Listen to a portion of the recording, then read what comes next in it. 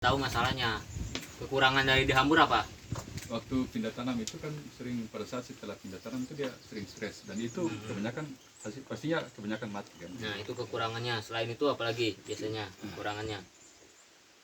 Apalagi?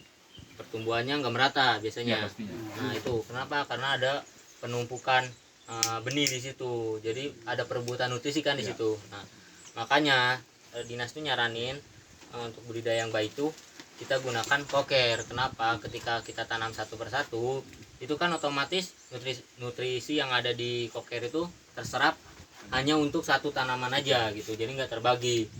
Nah kekurangannya dari koker itu apa? Kan pasti ada kekurangannya itu pasti makan waktu Pembuatan. sama biaya.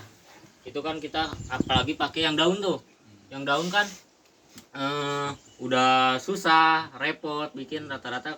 Pak Denny tuh mana Pak Denny? Iya. Pak Denny kenapa nggak mau pakai koker tuh? Ya. Alasannya? Kalau saya alasan repot, kerja terlalu banyak. Mm, Kalau menurut saya pribadi sih. iya. Nah itu salah satunya. Nah di sini saya saranin tuh kita pakai koker itu biar tujuannya tadi itu biar tidak banyak benih yang terbuang. Harapannya itu dari satu saset itu bisa optimal pertumbuhannya. Itu kan daya kecambah dari satu benih itu 85%. Berarti otomatis yang nggak tumbuh dari benih itu ada 15%-nya.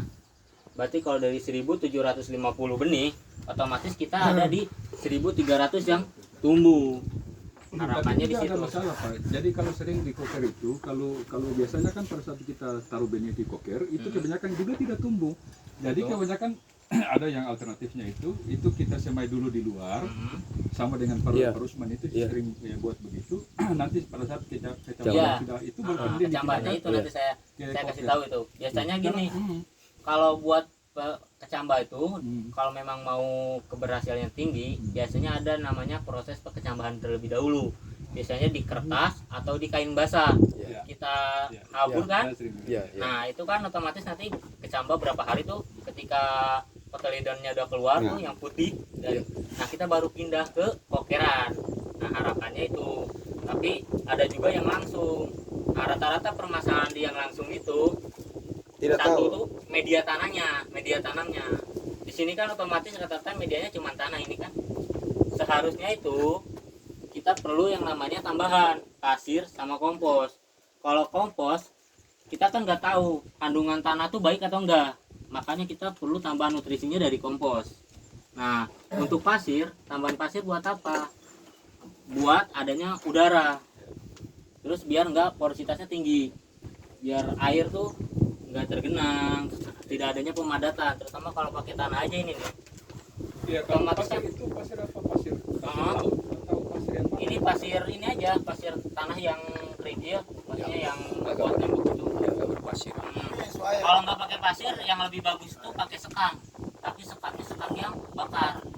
Karena kalau nggak sekam yang bakar itu malah nanti jadi penyakit biasanya. Makanya saya saranin kalau ada sekam bakar. Biasanya pernah ada yang buat sekam bakar nggak sih? Sering saya dengan Nah itu bisa nanti dipakai. Campurannya itu 1:1:1. Ketika ini bapak gunakan satu ember, otomatis ini satu ember. Ya terus untuk penyiramannya nih.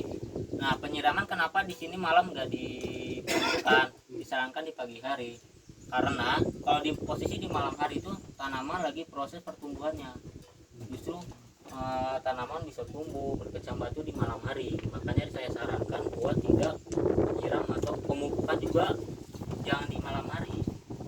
Baiknya di pagi hari. Tapi kalau sore hari jam 3 lah. Itu kan ada penyesuaian lah ke tanamannya. Kalau di malam hari lewat jam 6 saya saranin jangan. Gitu. Terus untuk penanamannya itu sendiri di koker gimana? Itu kita tanam tuh di kokerannya dipakai apa dulu? Ada yang kokeran daun, ada yang plastik, terus tray. Kalau yang tray itu ini kelemahannya tuh itu medianya kecil. Iya. Jadi kalau pertumbuhannya tuh nanti bakal terbatas, soalnya nutrisi di dalamnya juga terbatas. Terus perakaran bakal berbeda sama kokeran yang medianya lebih banyak gitu. Makanya paling bagus tuh biasanya di kokeran plastik sama kokeran daun.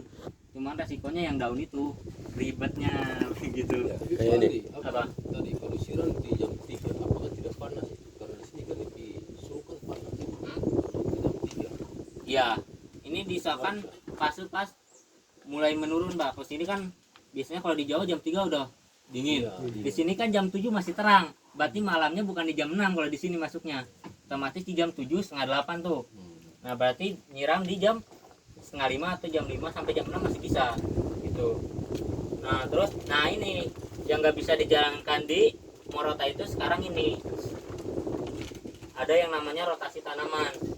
Ini belum bisa dijalankan karena ketika para petani di sini sekarang nanam tomat, besoknya pasti tomat atau cabai lagi. Seharusnya kita tuh ada yang namanya rotasi. Mungkin kedepannya nanti kalau Dinas Pertanian bisa membagi jadwal penanaman baik daerah Morotai Utara, Morotai Selatan, Timur dan lainnya. Tujuannya biar ada rotasi tanaman ini. Kenapa kita perlu rotasi tanaman? Karena ini bisa disarankan untuk memutus siklus hama dan penyakit. Kenapa? Ketika kita menggunakan menanam cabai, otomatis hamanya kan hama cabai. Nah, siklus hamanya belum terputus, kita udah nanam cabai lagi. Otomatis hama yang kemarin masih ada di sini. Nah, ini. Terus kalau kita putus, makanya nanti